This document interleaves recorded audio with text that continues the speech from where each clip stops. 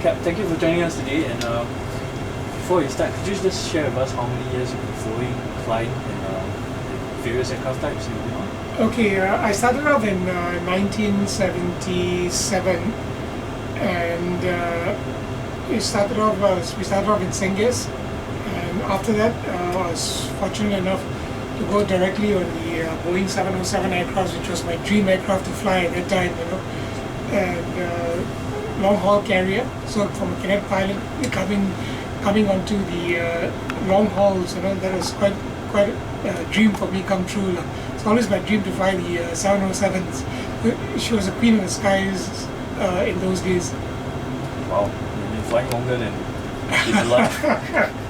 Yeah, well, after the 707s, went on to the 747s and flew that for about altogether about 23 years, including when I got my command on the 310 and went back up onto the 744. So jumbos altogether for about 23 years, and then came down into the 777 for about 5.5 years, and then now on the 330 for 6 years. Wow. So yeah, practically through all the aircraft types that we have. No, not exactly. We've had quite a few others in between, like the DC-10s. Yeah. And we had the 757, 737, which I didn't get to fly. Yeah, almost all. But so having such a long flying career, what would you define as most satisfying or most gratifying about this career? If I had a second life, I'd like to be a pilot also. I think it's a fantastic job, and more than just a job, it's also a great responsibility, And I think if you take your responsibility very seriously and understand what it encompasses, I think that's the most satisfying part of the job. The responsibility which goes with it. Money and all is secondary, but you must get satisfaction from flying a commercial jet with a premium carrier like Singapore Airlines. So, in this so far in your experience, are there any moments that things got a bit exciting or a bit nerve-wracking? In all the well, there have been quite a few in between, but I think for me my most memorable event, which actually took place was on 22nd of August 1999.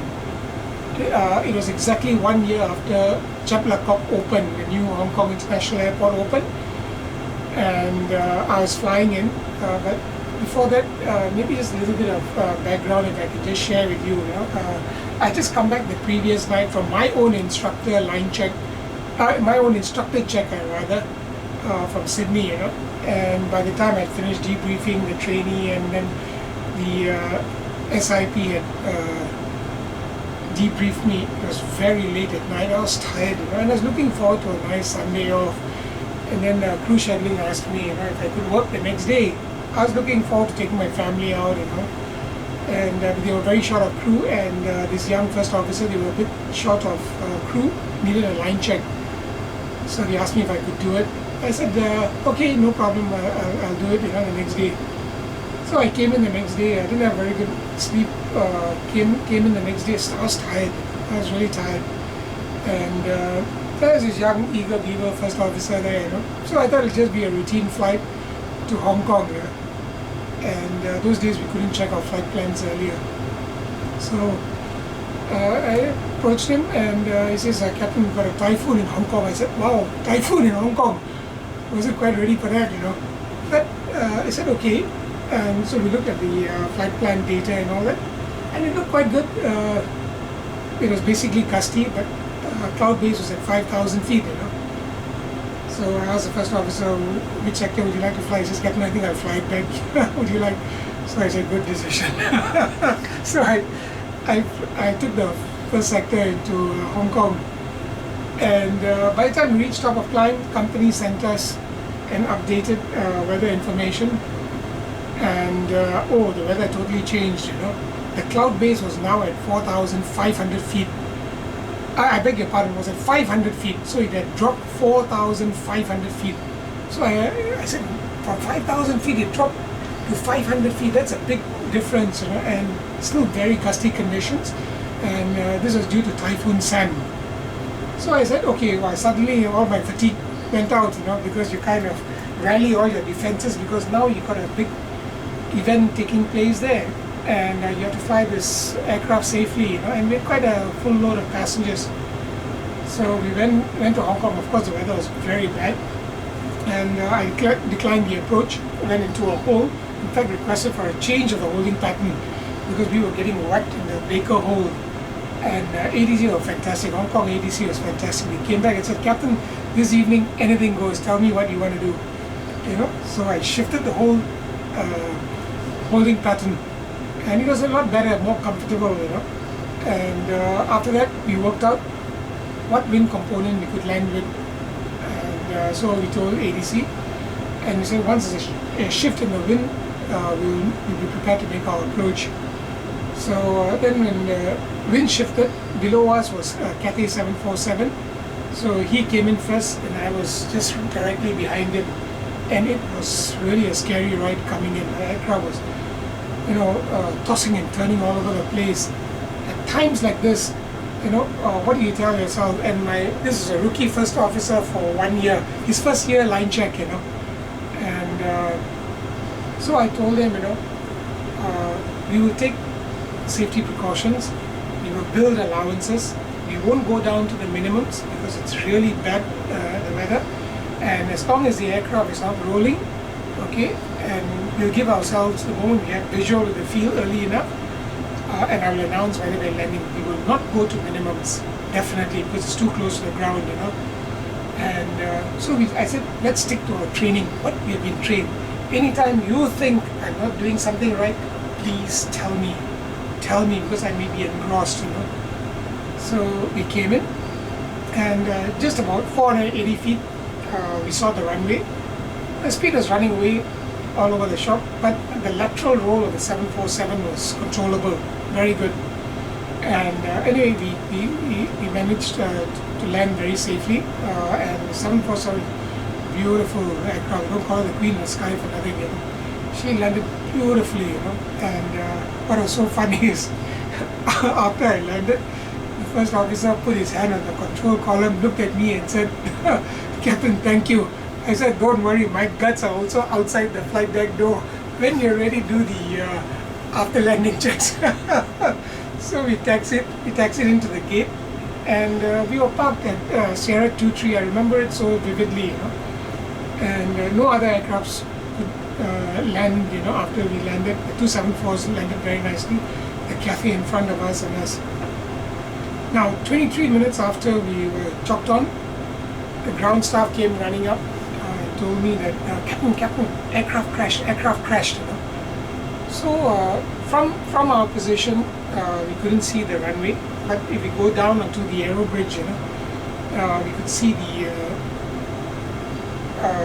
we could see a ball of fire, but we couldn't see the aircraft itself because of the pelting rain. It was like a sheet of water, and all you could see was huge flames. So I thought initially maybe it's a great fire or something like that, And cut a long story short, we were parked right in front of the casualty evacuation station, and so we could see the whole going on, all the casualties being evacuated, and we listening to the ground frequency. Whole airport came to a standstill, and at about 11 something at night, we were supposed to turn around by 7 o'clock, turn around and come back, but by 11 something at night we had run out of duty time, so we had to step down, and we made our way slowly to the airport. I beg your pardon, to the hotel, and we reached the hotel about 2 something, and we had no clothes, nothing, and in the morning when I woke up, what happened was I picked up the South China Morning Post, and I was shocked, I was, that's the first time my hand trembled when I saw that the aircraft was actually flipped upside down. What I could see was only a ball of fire through the rain, but couldn't see the aircraft per se, you know. And believe me, you know, I said my Hail Marys at that time. I'm not a Christian.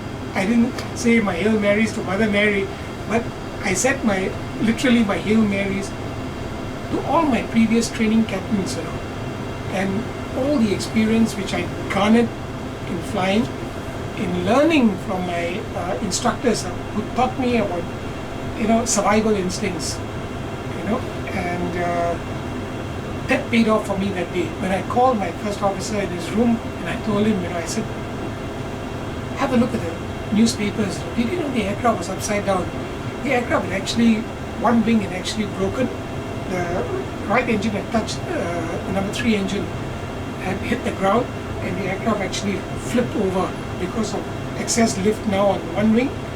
It actually lifted the aircraft and flipped it over. And it just come through that, you know. And so that's why it's such an indelible part of my memory.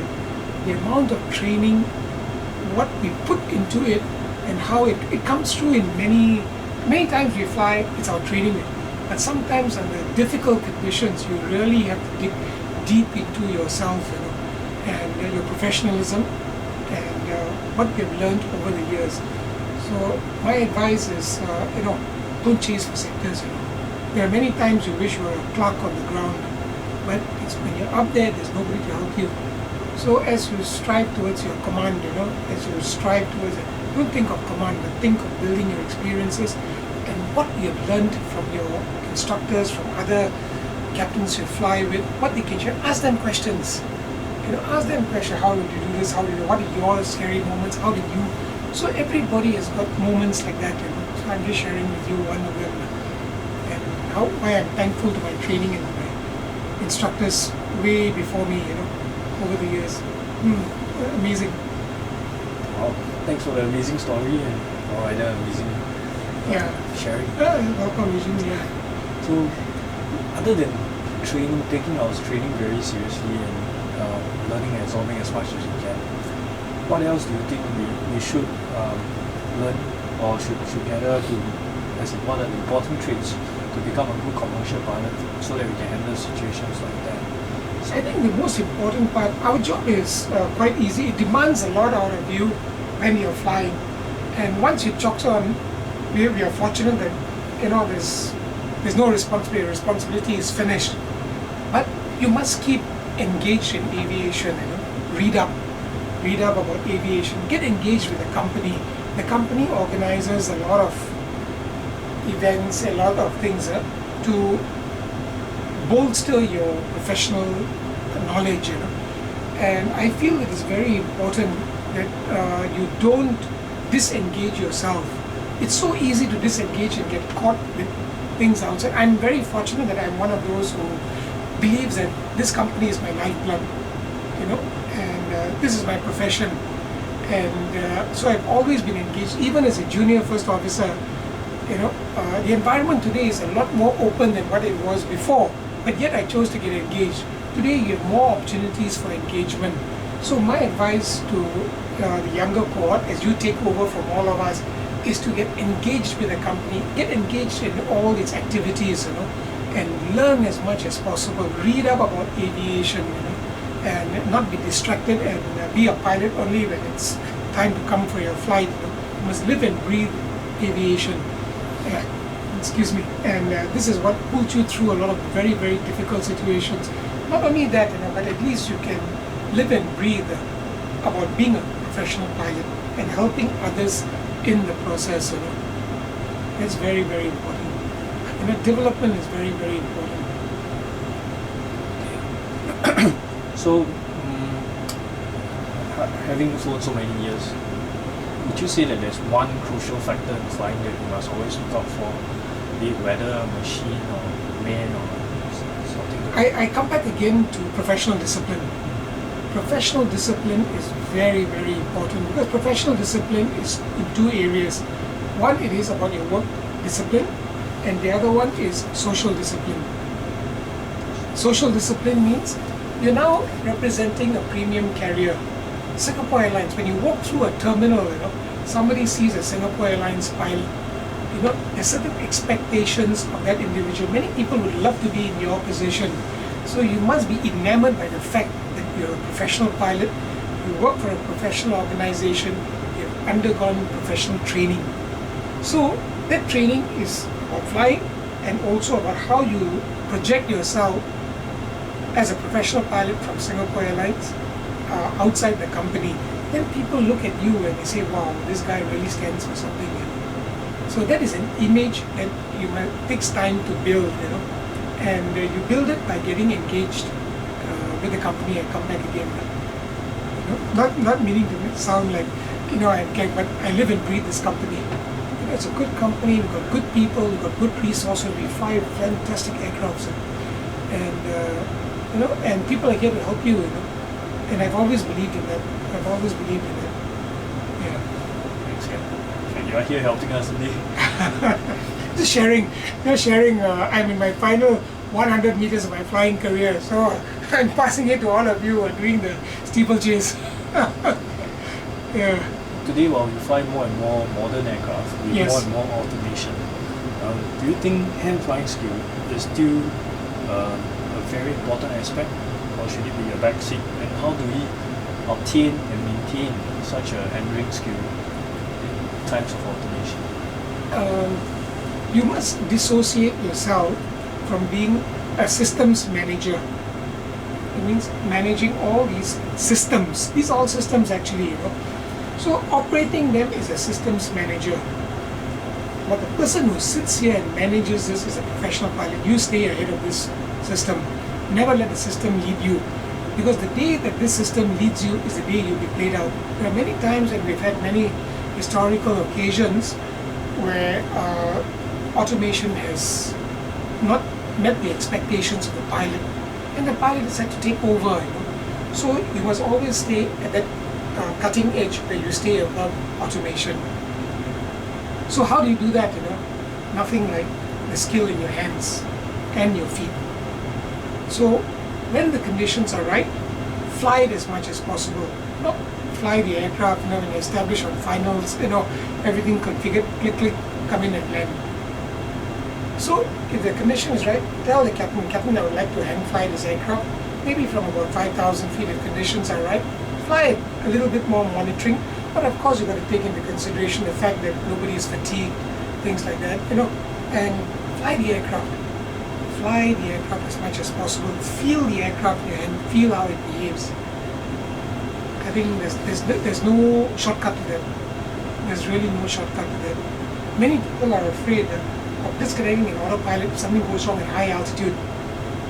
In the days before RVSM, I used to tell the co-pilots to disconnect the automation. And I say, disconnect. So if you're afraid to disconnect and believe that you have the flying skills, then when will you ever, if something goes wrong at high altitude, look at what happened to Air France 447. They relied on the automation rather than going back to manual flight. So you must not be afraid to fly. High altitude, yes, aircraft is more sensitive. That's why in simulator training, we give you some experiences with high altitude to show you how sensitive the aircraft is. We give you the experience, so believe in that, And, yeah. But today with RVSM, a bit more difficult, but nothing like knowing that you stay ahead of the automation. You are the pilot, not the aircraft. Thank you for that advice. Yeah. That's very helpful for us. So, before we end the interview, Sure. do you have any last words of encouragement or advice for the rest of us? Enjoy this profession, and be proud of it. And in order to be proud of it, you must continuously develop yourself. I still go back to what I said earlier. Do not be disengaged and become a pilot only when it's almost time for going to work, putting on. For me, the night before I come to work, I hang my uniform out with pride. I put my uniform out, it's all ironed, everything is done properly, and I look forward to my flight just like a kid going to a candy store. And this is after almost 37 years of flying, So,